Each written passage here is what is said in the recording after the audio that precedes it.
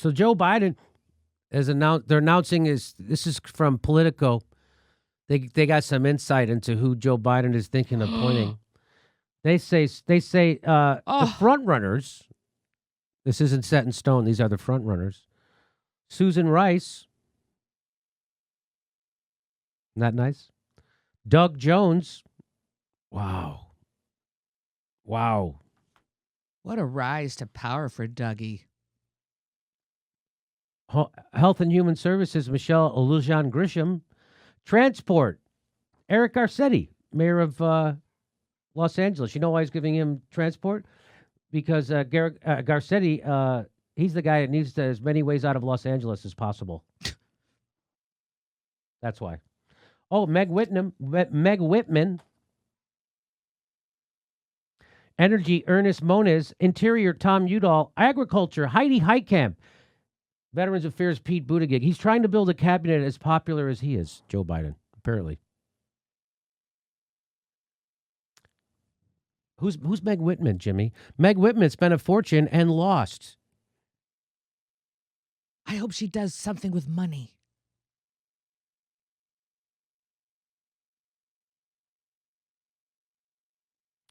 So she ran, she's a Republican. She was the head of Hewlett-Packard, I think, right? I think so.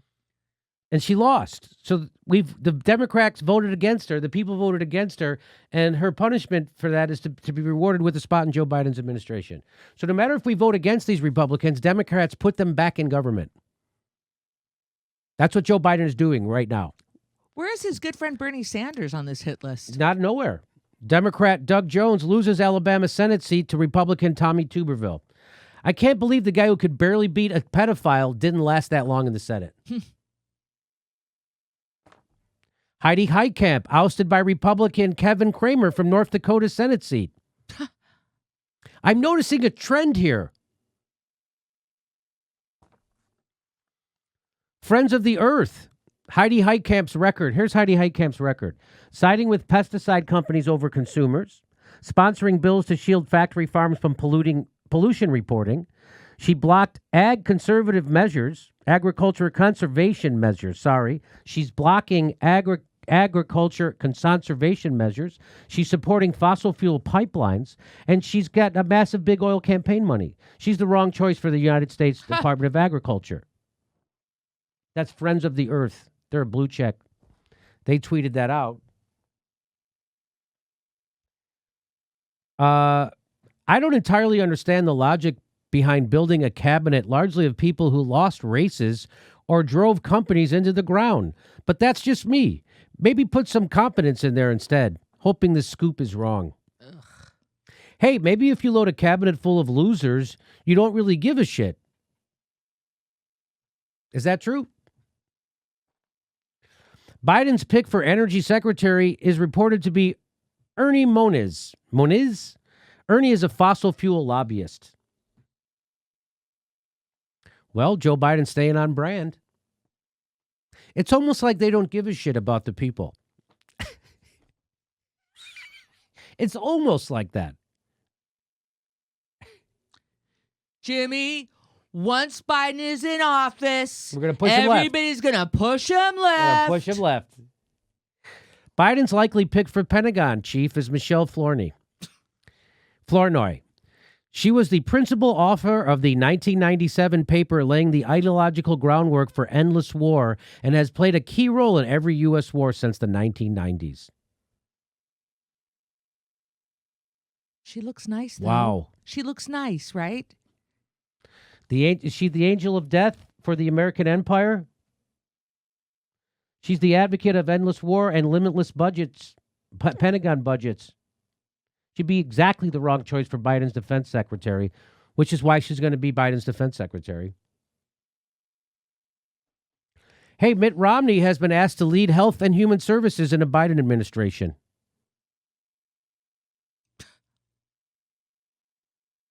This is amazing. This is what you get when you vote Democrat. Biden advisors expect that Romney, former CEO of Bain Capital, will be tasked with making the national healthcare system more affordable without legislation that modifies the Affordable Care Act. He's asked about it. Here he is. I'm not going to talk about my vote. That's in the rearview mirror. They asked him who he voted for president. Who did you vote? I'm not going to tell you I voted for Trump.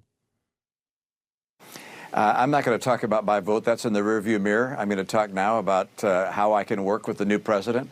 I know he's on the other side of the aisle, but I want to make sure that we conservatives keep on fighting to make sure that we don't have a Green New Deal, we don't get rid of gas and coal and oil, that we don't have a Medicare for all plan put in place, that we don't raise taxes on American enterprise. That would kill the economy. So, look, I congratulate him, but I'm not going to put aside conservative principles. We're going to fight for the things that we believe in. You know, we're going to fight for the things that we believe in, that we don't actually help people. You know, our conservative principles, that we continue to let the homeless people die, those kind of things that we believe in, that we continue to allow our police to behave like bad guys in Star Wars. We're not going to let go of our conservative principles. This is what you voted for. That's going in the White House. That's what you just voted for. Did you know that? Every time someone says they oppose the Green New Deal, an interviewer needs to immediately follow up with, and could you please explain your personal alternative plan for dealing with climate change and offer evidence that it is adequate? So that's Mitt Romney looks like he might be going into the Biden cabinet. Democrats try to learn from mistakes in U.S. Senate races in Georgia. Here's their guy. Here's the Democrats guy in Georgia. This is Asif. You want to hear what this guy has to say? People want to know what kind of person they're voting for, but I think they also want to know what policies that person supports, what you would do, what you would vote for if you were elected. Let me just do a speed round with you, if I can. Do you support the Green New Deal? No. Do you support Medicare for all? No. Do you support D.C. statehood? Yes. Do you support Puerto Rican statehood? Yes. Do you support defunding the police? No. Do you support abolishing ICE? No. Do you support expanding the Supreme Court? No. Do you support ending the filibuster? Maybe. Okay, tell me more. Sounds like Mitt Romney. And what I said is the Democrats should run somebody against this guy because, like most Republicans, he's against very popular programs like Medicare for All. A populist Dem would have no trouble knocking out this out-of-touch right-winger. Oh, wait a minute. He's a Democrat. But Jimmy, that's where most of the Georgia people are. They believe what he believes. They believe in bad ideas. So he has to endorse bad ideas. He has to endorse something that won't help climate change. He has to endorse something that isn't a fix for our healthcare problem.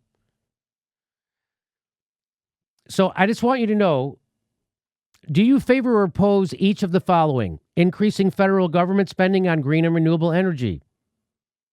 This isn't from Georgia. 59% somewhat favor, 41% strongly or somewhat oppose. So 60 to 40. In general, how concerned are you about the effects of climate change? Very somewhat, almost 70%. Almost 70%. Not to 33%.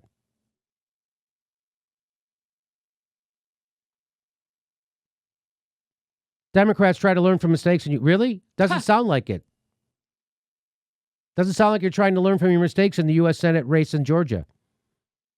Here's how they did. By the way, here's the congressional map for the Democrats. That's how look how great they did.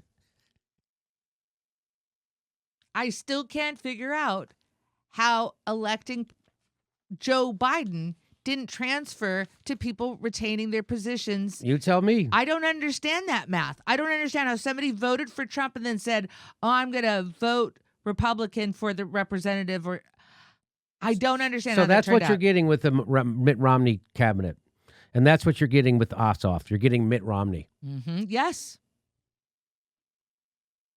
and with Joe Biden, you're getting Mitt Romney. Just like with Barack Obama, you got Ronald Reagan. You're getting a right winger who's against workers and against you having health care and as a tool of Wall Street and the military-industrial complex and fossil fuel companies.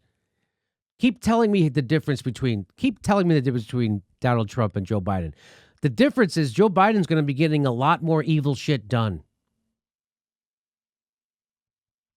And he's going to get the Democrats and the squad to go along with it. Just like Bernie Sanders and the squad voted for the largest upward transfer of wealth in the history of human race, they are also going to go along with a lot of shitty stuff from Joe Biden. The damn sure they're not going to fucking go against Nancy Pelosi. And I will predict today on this show that every member of the fucking squad will vote for Nancy Pelosi as speaker, and they will not run against her. That's my prediction. We'll see. Let's see if it's right. And you're going to watch a lot of other quote-unquote lefty news shows continue to apologize for elected Democrats, meaning AOC and the squad and Bernie Sanders and Cory Bush, and they're going to apologize for them instead of pressuring them. And whenever you see someone doing that, you know that they're probably a former Elizabeth Warren supporter, or they are looking for an MSNBC contract, or both. What you're supposed to do if you have a platform is you're supposed to pressure politicians. You're not supposed to pretend like they're your friend, because they're not your friend. You're a chump if you think that. You're a chump if you think they're your friend. You're supposed to pressure politicians constantly. You're not supposed to fucking apologize for them, run interference, or shield them from criticism. You assholes. You sycophantish assholes. Which is why you'll never accomplish anything in your life. Pressure. You're supposed to pressure them. But you're not going to. Which is why you're part of the problem. Ugh. Stupid fucking asswipes. If you were actually a lefty, you would be pressuring politicians. You wouldn't be fucking running interference for them. You worthless balls of shit. You devoted your whole life to journalism, and you get outdone by a pothead fucking comedian who's not even trying. Because you guys have zero character and you have zero courage. You're a bunch of fucking cul-de-sac motherfuckers. And I can run right through you like I do on the regular. Why don't you guys go Russiagate some more? Go spread some more McCarthy smears against your political enemies that are right now coming back to fucking bite you in the ass. You stupid fucks. Hey, everybody, this is the part where I tell you where all our live shows are, but there aren't any. And then this is why I tell you to join our premium program and get extra content, but nobody's got a fucking job. So just enjoy the video.